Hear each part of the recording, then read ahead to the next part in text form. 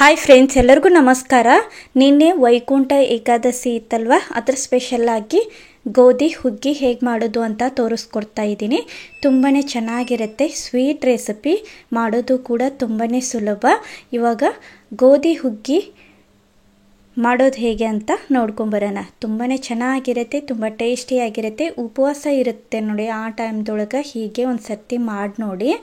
ನಾನು 1 ಕಪ್ಪಷ್ಟು ಗೋಧಿ ಮತ್ತು ಒಂದು ಅರ್ಧ ಕಪ್ಪಷ್ಟು ಕಡಲೆಬೇಳೆನ ತೊಳೆದು ಹಂಗೆ ಒಂದು ದೊಡ್ಡ ಪಾತ್ರೆದ್ರೊಳಗೆ ನೀರು ಹಾಕಿ 8 ವಿಸಿಲ್ ಮಾಡಿ ಇಟ್ಕೊಂಡಿದ್ದೀನಿ ನೋಡಿ. ತುಂಬ ಚೆನ್ನಾಗಿ ಕುದ್ದಿದೆ. 8 ವಿಸಿಲ್ದೊಳಗೆ ಗೋಧಿ ಚೆನ್ನಾಗಿ ಕುದ್ದಿತ್ತು, ಹಂಗೆ ಕಡಲೆಬೇಳೆ ಕೂಡ ಚೆನ್ನಾಗಿತ್ತು, ಕುದ್ದಿತ್ತು. ಅದನ್ನು ಕಡಲೆಬೇಳೆ ಹಾಕೋದ್ರಿಂದ ಟೇಸ್ಟ್ ಚೆನ್ನಾಗಿ ಬರುತ್ತೆ.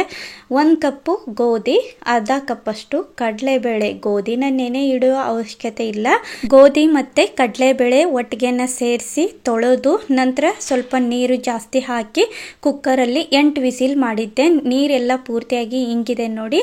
ಈ ಟೈಮ್ದೊಳಗೆ ಗ್ಯಾಸ್ ಹಚ್ಚಿ ನಂತರ ಇದನ್ನು ಒಂದು ಸರ್ತಿ ಮಿಕ್ಸ್ ಮಾಡಿಕೊಂಡು ಗ್ಯಾಸ್ ಹಚ್ಚಿ ಪಾತ್ರೆ ಇಟ್ಕೊಂಡಿದ್ದೀನಿ. ಅಂದರೆ ಇಲ್ಲಿ ಕುದಿಸಿಟ್ಕೊಂಡಿರುವಂಥ ಪಾತ್ರೆ ಇಟ್ಕೊಂಡು ಅದಕ್ಕೆ 1.5 ಕಪ್ಪಷ್ಟು ಬೆಲ್ಲವನ್ನು ಸೇರಿಸ್ಕೊಂಡಿದ್ದೀನಿ. ಅದು ಆರ್ಗ್ಯಾನಿಕ್ ಬೆಲ್ಲ ಅಂತೇಳಿ, ಅದು ಸ್ವೀಟ್ ಸ್ವಲ್ಪ ಕಡಿಮೆ ಇರುತ್ತೆ, ಹಾಗಾಗಿ ನಾನು 1.5 ಕಪ್ಪಷ್ಟು ತೊಗೊಂಡಿದ್ದೀನಿ. ನಂತರ ನೀವು ಜಾಸ್ತಿ ಆಯಿತು ಅಂತ ಅಂದರೆ ಬೇರೆ ಬೆಲ್ಲ ಸಿಗುತ್ತೆ ನೋಡಿ, ಅದನ್ನು ಸೇರಿಸ್ಕೊಳ್ಳಿ. ನಂತರ ಬೇಕಾಗುವಂಥ ಸಾಮಗ್ರಿಗಳು: ಒಣ ಕೊಬ್ಬರಿಯನ್ನು ತೆರೆದಿಟ್ಕೊಂಡಿದ್ದೀನಿ, ಡ್ರೈ ಫ್ರೂಟ್ಸು ಬಾದಾಮ್ ಗೋಡಂಬಿ ಸಣ್ಣದಾಗಿ ಕಟ್ ಮಾಡಿ ಇಟ್ಕೊಂಡಿದ್ದೀನಿ, 1 ಟೀ ಸ್ಪೂನು ಏಲಕ್ಕಿ ಪುಡಿ, 1 ಟೀ ಸ್ಪೂನಷ್ಟು ಜಾಜಿಕಾಯಿ ಪುಡಿ. ಹಾಕೋದ್ರಿಂದ ಕಂಪಿನ ಸಾಮಾನು ಅಂತ ಕರಿತೀವಿ, ಹಾಕೋದ್ರಿಂದ ಸ್ಮೆಲ್ ತುಂಬ ಚೆನ್ನಾಗಿ ಬರುತ್ತೆ, ಟೇಸ್ಟಿಯಾಗಿ ಹುಗ್ಗಿ ಕೂಡ ಆಗುತ್ತೆ. ಗಸಗಸೆ 1 ಟೀ ಸ್ಪೂನಷ್ಟು ತೊಗೊಂಡಿದ್ದೆ. ಇವಾಗ 1 ಟೀ ಸ್ಪೂನಷ್ಟು ಕುದಿತಾ ಇದೆ ನೋಡಿ, ಬೆಲ್ಲ ಪೂರ್ತಿ ಎಲ್ಲ ಕರಗಾದ್ಮೇಲೆ 1 ಟೀ ಸ್ಪೂನಷ್ಟು ಗಸಗಸೆ, 1 ಟೀ ಸ್ಪೂನಷ್ಟು ಏಲಕ್ಕಿ ಪುಡಿ, 1 ಟೀ ಸ್ಪೂನಷ್ಟು ಜಜ್ಜಿ ಇಟ್ಕೊಂಡಿರೋ ಜಾಜಿಕಾಯಿ, 1 ಟೀ ಸ್ಪೂನಷ್ಟು ತುಪ್ಪ, ಹಾಗೆ ಬಾದಾಮ್ ಗೋಡಂಬಿ ದ್ರಾಕ್ಷಿ. ಇದಿಷ್ಟು ನಾನು ತುಪ್ಪದಲ್ಲಿ ಏನು ಹುರ್ಕೊಂಡಿಲ್ಲ, ಹಾಗೆ ಡೈರೆಕ್ಟಾಗಿ ಹಾಕಿ ಒಂದು 10 ನಿಮಿಷ ಇದನ್ನು ಚೆನ್ನಾಗಿ ಕುದಿಸ್ಕೊಂಡು ನಂತರ ಇದಕ್ಕೆ ಆವಾಗ ತಾನೇ ನಾನು ಬಿಸಿ ಮಾಡಿಟ್ಕೊಂಡಿದ್ದ ಹಾಲನ್ನ 1 ಗ್ಲಾಸಷ್ಟು ಹಾಕೊಂಡಿದ್ದೀನಿ.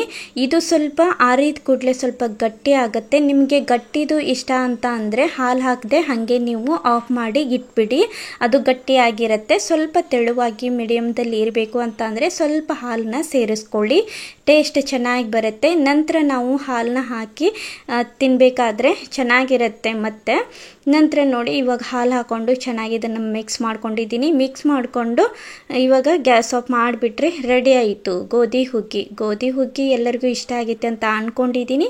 ಇಷ್ಟ ಆದಲ್ಲಿ ಲೈಕ್ ಮಾಡಿ, ಶೇರ್ ಮಾಡಿ. ನೀವು ಒಂದು ಸರ್ತಿ ಹೀಗೆ ಟ್ರೈ ಮಾಡಿ, ಎಲ್ಲರಿಗೂ ಇಷ್ಟವಾಗುತ್ತೆ. ಇದು ನಾನು ವೈಕುಂಠ ಏಕಾದಶಿ ಸ್ಪೆಷಲ್ಲಾಗಿ ಗೋಧಿ ಹುಗ್ಗಿನ ಮಾಡಿದ್ದೀನಿ. ನೀವು ಒಂದು ಸರ್ತಿ ಟ್ರೈ ಮಾಡಿ. Thank you.